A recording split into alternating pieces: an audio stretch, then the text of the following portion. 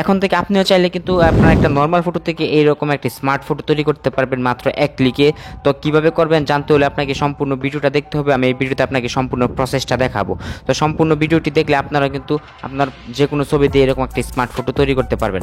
তো কথা না বাড়িয়ে চলে যায় মূল টিউটোরিয়ালে।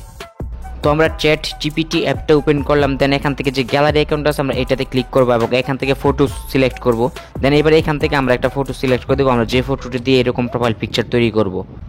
দেন ফটোটি সিলেক্ট করা হয়ে গেলে আবার নিচের দিকে দেখতে পাচ্ছেন আস্ক এনিথিং নামে একটি অপশন আছে, এখানে আপনারা প্রম্পট লিখে দেবেন। তো আপনি যদি ইউটিউব থেকে দেখে থাকেন তাহলে প্রম্পটটা আপনারা ডিসক্রিপশন বক্সে পেয়ে যাবেন, আর আপনি যদি ফেসবুক থেকে দেখে থাকেন তাহলে প্রম্পটটা কমেন্ট বক্সে পেয়ে যাবেন। ওইখান থেকে প্রম্পটটা কপি করবেন, দেন এখান থেকে প্রম্পটটা পেস্ট করে দিবেন। দেন এখান থেকে আপলোড যে অপশনটা আছে আপলোড অপশনে ক্লিক করবেন এবং এখানে আপনারা কিছুক্ষণ সময় ওয়েট করবেন। তো দেখতেই পাচ্ছেন এখানে গেটিং স্টার্টেড শুরু হয়ে গেছে। তো যেহেতু এটা চ্যাট জিপিটি ফ্রি ভার্সন, তো এখানে আমাদের ছবি জেনারেট করতে কিছুটা সময় লাগে, আপনারা এখানে ওয়েট করবেন।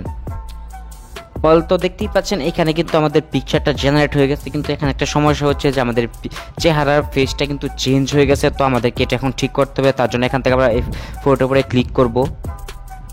দেন এখান থেকে আমরা সেভ অপশনে ক্লিক করে ফটোটাকে আমাদের গ্যালারিতে সেভ করে নেব। এইবার এখান থেকে আমরা চলে আসবো গুগলে এবং এখানে এসে লিখে সার্চ করব রিমেকার এআই। তারপরে এখান থেকে প্রথম যে ওয়েবসাইটটা আছে আমরা এই ওয়েবসাইটটাতে ক্লিক করে দেবো এবং এখানে ক্লিক করে দেওয়ার পর আমাদের সামনে ঠিক এরকম একটা ইন্টারফেস চলে আসবে এবং এখান থেকে আপনাদেরকে বেশ কিছু এআই টুলস দেখাবে। তো নিচের দিকে আপনারা দেখতে পাচ্ছেন ফেস সোয়াইপ নামে একটি অপশন আছে, এখানে ক্লিক করে দিবেন। দেন উপর দিকে ফটো ফেস সোয়াইপ যে অপশনটা আছে এটাতে ক্লিক করে দিবেন।